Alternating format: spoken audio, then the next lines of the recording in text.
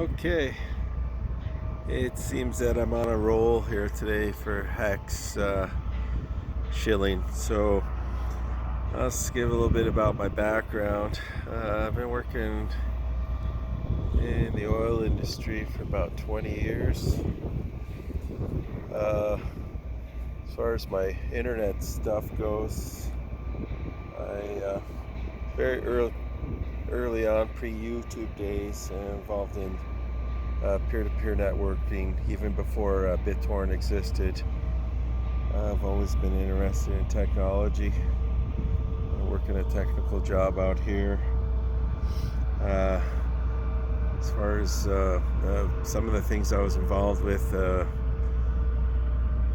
some of the BitTorrent sites were mainly focused on political issues, and we shared millions and millions and millions of copies of videos that are still in circulation today on YouTube. Some of them exposing fiat and money system, things of that nature.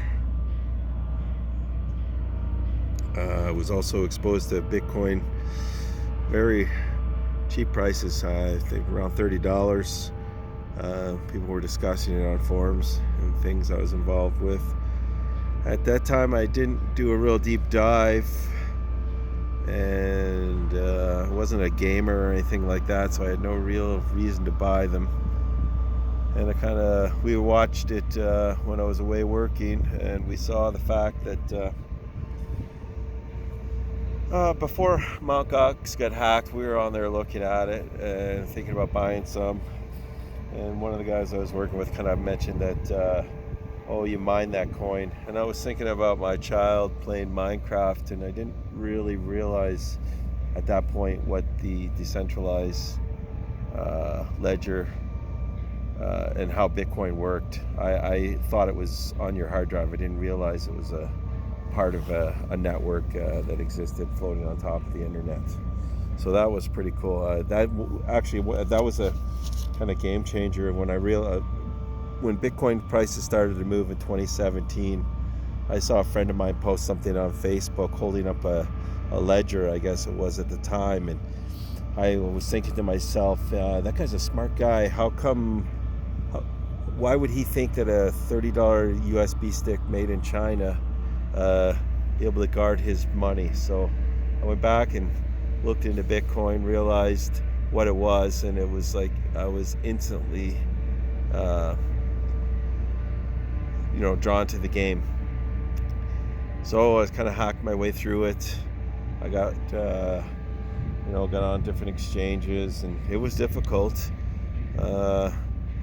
In that time, I started watching a lot of crypto YouTubers. Richard was one of them, being a Bitcoin maximalist. I was also, I remember him debating Roger Ver. I was kind of torn because at the time, some of the things Richard was talking about made sense, but I also definitely, the thoughts that resonated from the voice of Roger Ver seemed to make more sense to me in terms of what I thought cryptocurrency could or should be. And that was then. And then just always kind of paid attention to Richard over the years, and like the evolution of his thinking, and as he moved towards supporting Ethereum, I was kind of already there. I guess actually, as far as Bitcoin goes, I didn't like the fees, and I was using the exchanges at the time, and by the time you moved a little bit of Bitcoin on there, it was you got hit with some fees.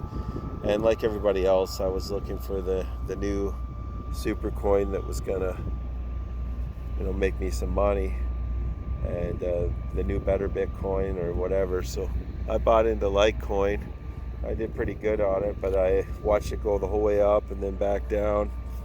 Then I got I don't know how I got into Z Classic, but I think it might have been Rhett's interview with Richard that got me interested in that. And then I made a few purchases, and then it started pumping. And of course, the thing was that it was pumping because people were wanting to get Bitcoin private, and I thought that sounded like a good idea at the time. Something that would be a new, better Bitcoin that was cheap. So it seemed like a good idea. But as it was, the code wasn't audited, and there was a back door in it, and it was a scam. There's a lot of people got hurt by that project, and yeah, so that's a quick one on that. So over time, through politics and cryptocurrencies, kind of, back then I guess I discovered the chance. I spent quite a bit of time on Biz, and was confused by it, and still am, really. I don't really go on it much anymore. I kind of was suckered into a lot of the crypto YouTubers that were doing the technical analysis and all this kind of stuff, but I like the big overhead picture, not trading. These are conclusions I made before Hex and Richard started talking about that. I was like, I didn't like the trading experiences at all. I mean, I had some luck once in a while. I was on an exchange that I realized I was trading against bots, and I could see the patterns, and I made a few bucks there. But that was Quadriga, and if you're at all aware of cryptocurrency, you know the founder exit scammed, or he got killed with the private keys. And what else have I been through? And then after that, I kind of went heavy on ETH, and I got involved in DAI and taking loans, and that was kind of fun.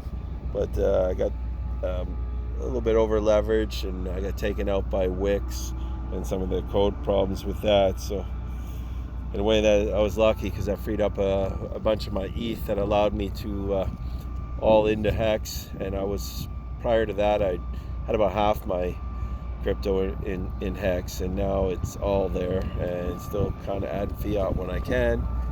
And at this point, it's doing pretty good. What else did I want to say? I guess I mentioned that I favored technical analysis over fundamental analysis over TA, and that's kind of why I like HEX. The game theory, as everyone refers to it, and that kind of thing. And some of his critics, it's sort of like the people, like the American political system. The way it's a lot of yelling, a lot of tribalism. No one really comes out. They just yell scam, scam, scam. And I think even when, like, one of the live streams Richard did with Tone Bays, I remember Tone was like, I'm not putting MetaMask, stupid MetaMask on there. I thought, well, man, this guy doesn't even have a clue what's going on with that stuff.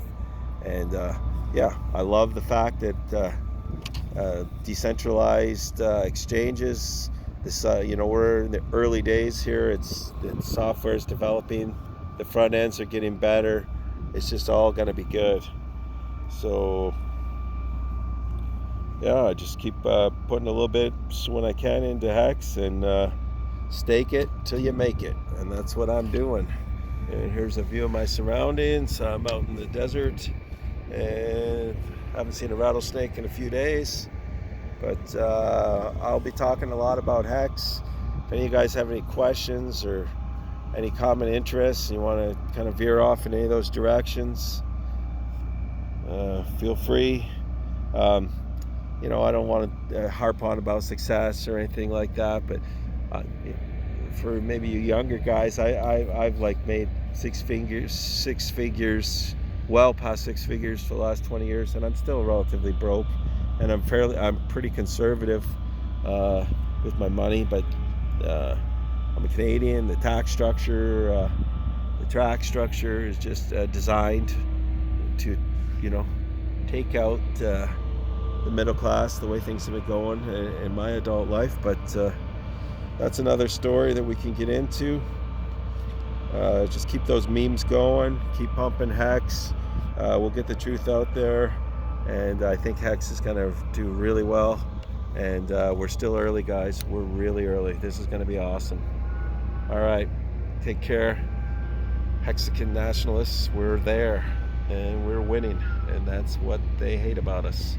Let's go. Long live Hex.